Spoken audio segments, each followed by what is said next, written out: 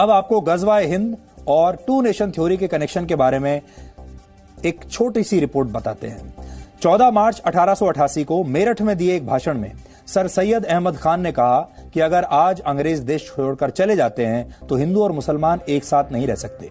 अगर मुसलमान चाहते हैं कि इस देश में वो सुरक्षित रहें तो इसके लिए जरूरी है कि अंग्रेजों की सरकार ही चलती रहे, यानी भारत आजाद ना हो।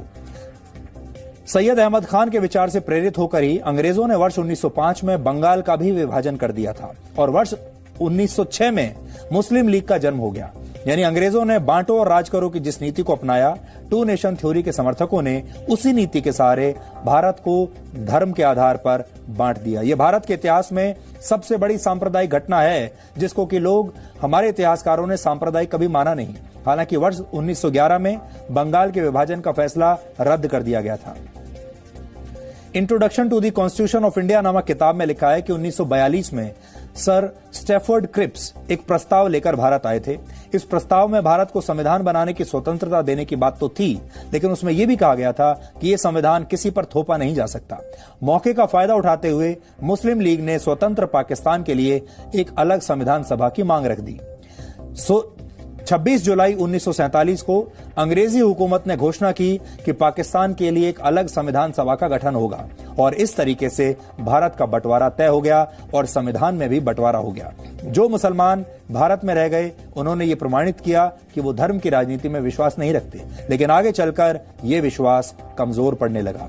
1950 में पूरे हुए भारत के संविधान ने इसी प्रमाण को प्रावधान बना दिया। भारत के संविधान निर्माताओं ने रिलीजन यानी पंथ को राजनीति से इतना दूर रखा कि उन्होंने सेकुलर शब्द को भी संविधान में रखना उचित नहीं समझा। संविधान सभा के सदस्य तजामुल हुसैन ने तो यहां तक कहा था उस समय कि रिलीजन की शिक्षा देने का अधिकार सिर्फ माता पिता के पास ही होना चाहिए और ये शिक्षा भी सिर्फ घर में ही दी जानी चाहिए, यानी स्कूलों और दूसरे संस्थानों का धर्म की शिक्षा से कोई लेना देना नहीं होना चाहिए। उन्होंने संप्रदाय से जुड़े चिन्हों और कपड़ों का भी विरोध किया था।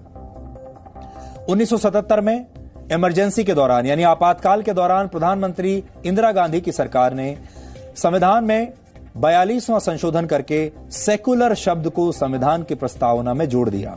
बिना किसी बहस या राय मशवरे के ये उठाया गया एक तरफा कदम था और ये राजनीतिक स्वार्थ का एक बहुत बड़ा उदाहरण है, क्योंकि उस समय ना तो इसके बारे में हमारे देश की संसद में कोई बहस हुई, ना देश के किसी और संगठन से, देश के लोगों से इस पर कोई बहस की गई।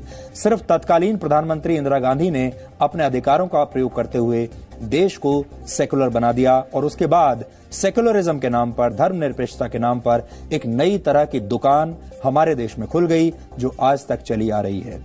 जो लोग हिंसा में यकीन करते हैं उन्हें आज गांधी जी के सत्याग्रह से शिक्षा लेनी चाहिए। 1934 से लेकर 48 तक गांधी जी पर करीब 6 बार हमले हुए, लेकिन महात्मा गांधी अंत तक अपने ऊपर हुए इन हमलों को खुशी खुशी स्वीकार करते रहे। आज ही के दिन 30 जनवरी 1948 को जब उनकी गोली मारकर हत्या कर दी गई, तब भी उनके आखिरी शब्द थे हे राम, यानी वो अंत तक ईश्वर की सत्ता में ही विश्वास रखते रहे। महात्मा गांधी पक्के हिंदू थे।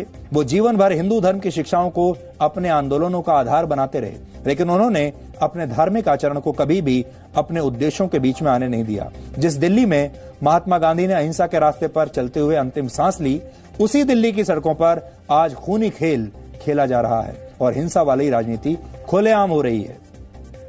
आज अगर गांधी जी होते तो ये सब देखकर उनकी आत्मा बहुत दुखी होती। Subscribe now and press the bell icon.